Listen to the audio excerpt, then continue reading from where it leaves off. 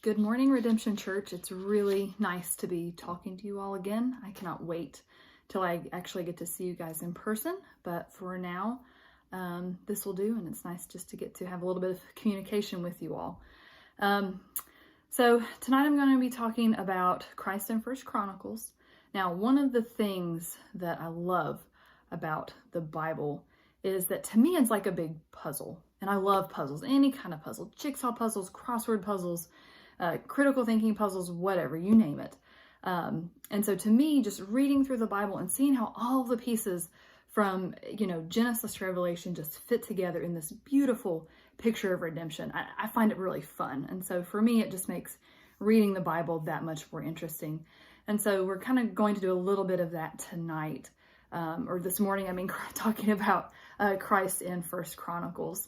Now, in First Chronicles, we're going to backtrack a little bit. We have gone all the way through Second Kings at this point.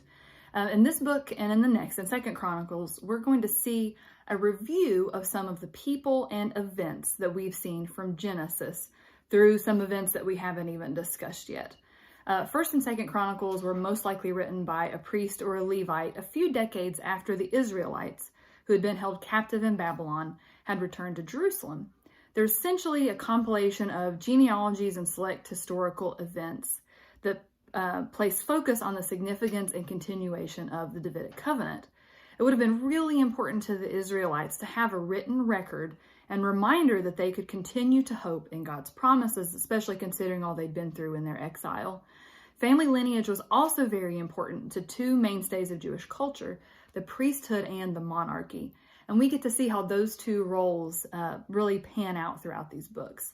The Israelites could see through these annals that the Davidic line was continuing and that God would eventually provide a Messiah to rescue them and establish his kingdom forever through the line of Judah and their beloved King David. And that's one of the two main areas I want to focus on today. In reading First Chronicles, Christ is evident in many ways, but two really stuck out to me. First of all, we get to see Jesus' family tree. And the second point that I want to discuss is a passage that's kind of easy to blow off or just kind of skim over really quickly. But I think it has a unique connection to Jesus and his role in fulfilling God's promises and the prophecies about Jesus. So first of all, I'm going to talk about Jesus's lineage and some of this genealogy. Now, I know most of us, and myself included, see these giant lists of names, most of which we can't pronounce because of our lazy English tongues. And we just skim them, or we read them as quickly as we can, or we just skip over them entirely. But God has these names put in the Bible for a reason. And a lot of times we like to say that it's a way of showing that God can use anybody, even the nobodies, to do great things and accomplish his will, yada, yada, yada, which is true. And he does, and he can. But I think in this context, we have another very good reason for seeing the genealogical lines we do here. As I already said, these first few chapters of First Chronicles give us what will be revealed later, we'll see, as Jesus's family line. We're seeing the physical manifestations, in essence, the people of God's promise of a Messiah. We'll see a lot of these names repeated in Matthew chapter 1, where we see how the promises God made to Abraham, Jacob, Judah, and David, that promise to continue their lines forever and that their families would produce the rescuer, the Savior, how these are fulfilled in Jesus's earthly family. So in the first chapter of First Chronicles, we start with the genealogy from Adam through Abraham and Jacob. And then we go through into chapter 2, going through the lineage of Jacob's son Judah. And then through chapter 3, we see the lineage of King David. Now, these men were all promised that it would be through their family line that God's kingdom would be established forever. This promise is explicitly repeated in chapter 17 of First Chronicles. And that and kind of the surrounding chapters are essentially a retelling, almost word for word, of 2 Samuel chapter 7, which Colin Kennedy introduced to us a couple of weeks ago. As we continue, we see the families of Israel listed through the exile itself, through to a few decades after their return to Israel. And even though the monarchy at this time, upon their return from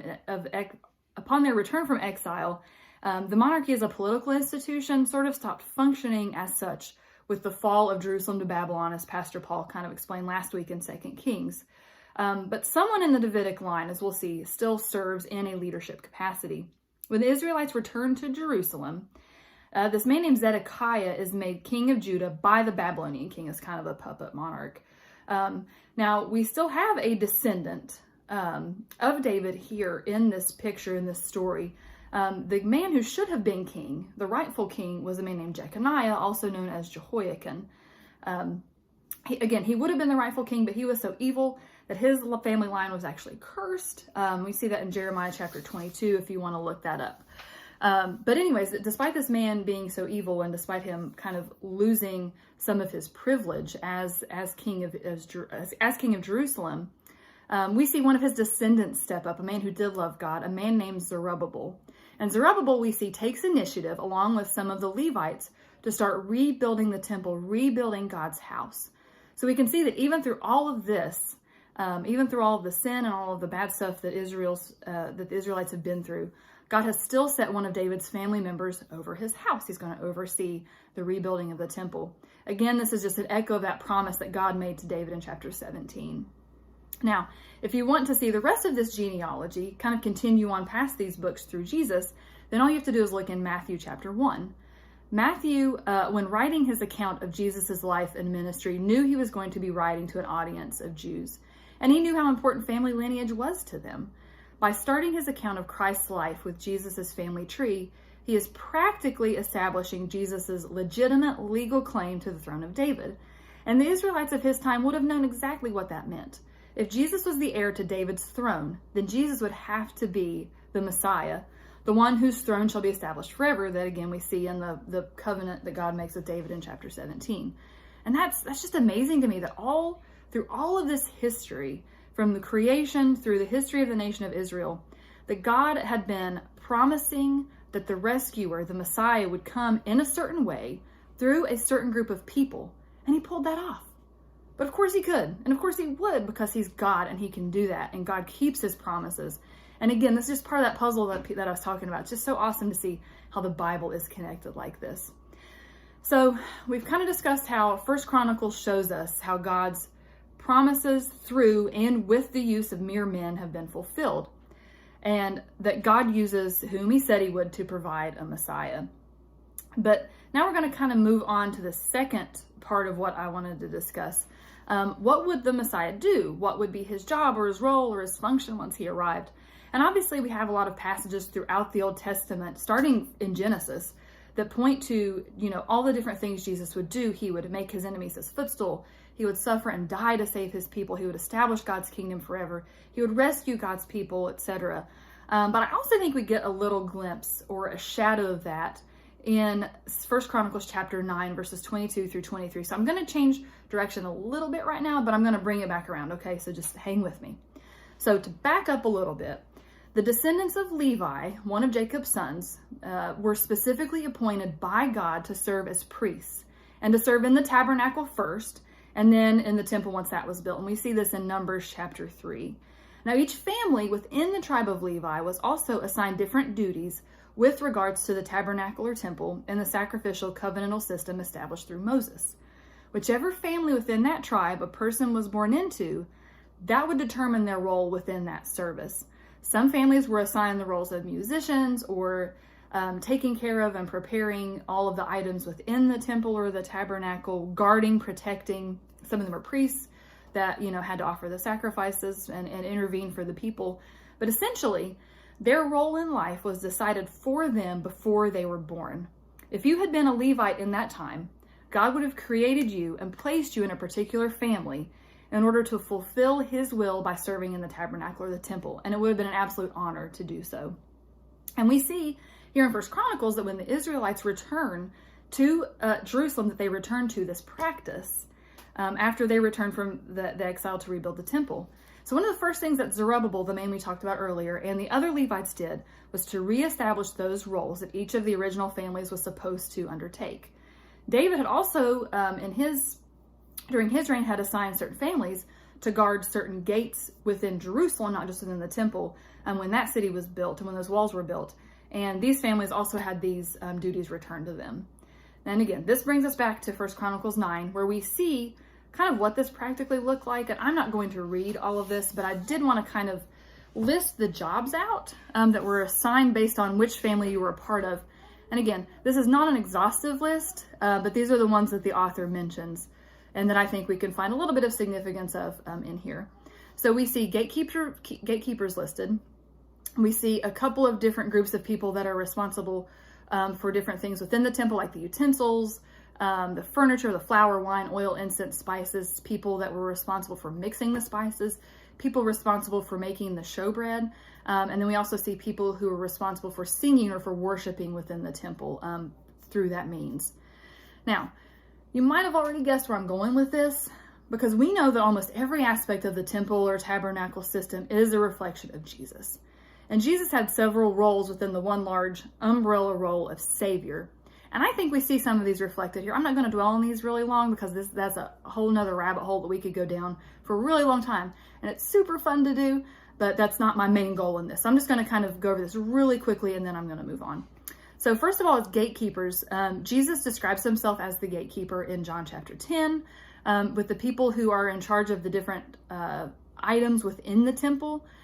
We see Jesus described as being in charge of God's house and all that is in it in Hebrews chapter 3, verse 6. With the people who are responsible for making the showbread. In John 6, obviously, Jesus describes himself as the bread of life. And then with the singers, we actually see in a couple of really short texts within the New Testament, Jesus singing with his disciples. They'd be singing psalms together, which is just, I think, just beautiful. And in Romans chapter 15, verse 9, we have this picture of Christ singing and leading the worship of God among the Gentiles. So if we kind of look at all that really quickly, Jesus was the perfection and fulfillment of all these symbols, and even more so than what I'm talking about here, and all these roles within the temple. And again, this is just a really brief list of that. But my main point with all this is that Jesus's roles and duties were predetermined.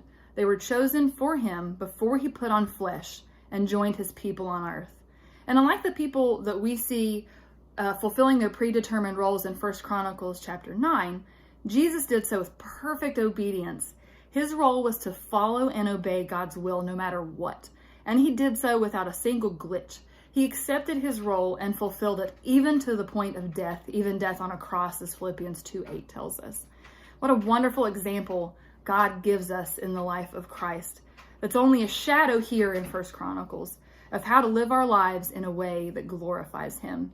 And we as Christians, we're chosen to be a part of God's family, so that when we believe in the saving death and resurrection of Jesus Christ, we also have the honor of serving our individual roles in God's family to follow and obey his will. What a humbling opportunity we have to be a part of Jesus's family in the way that it really counts. That we can take part in the fulfillment of those promises God made to those men and those people so many years ago. We are so blessed to have been grafted onto Jesus's family tree. Now let's live with that kind of confidence.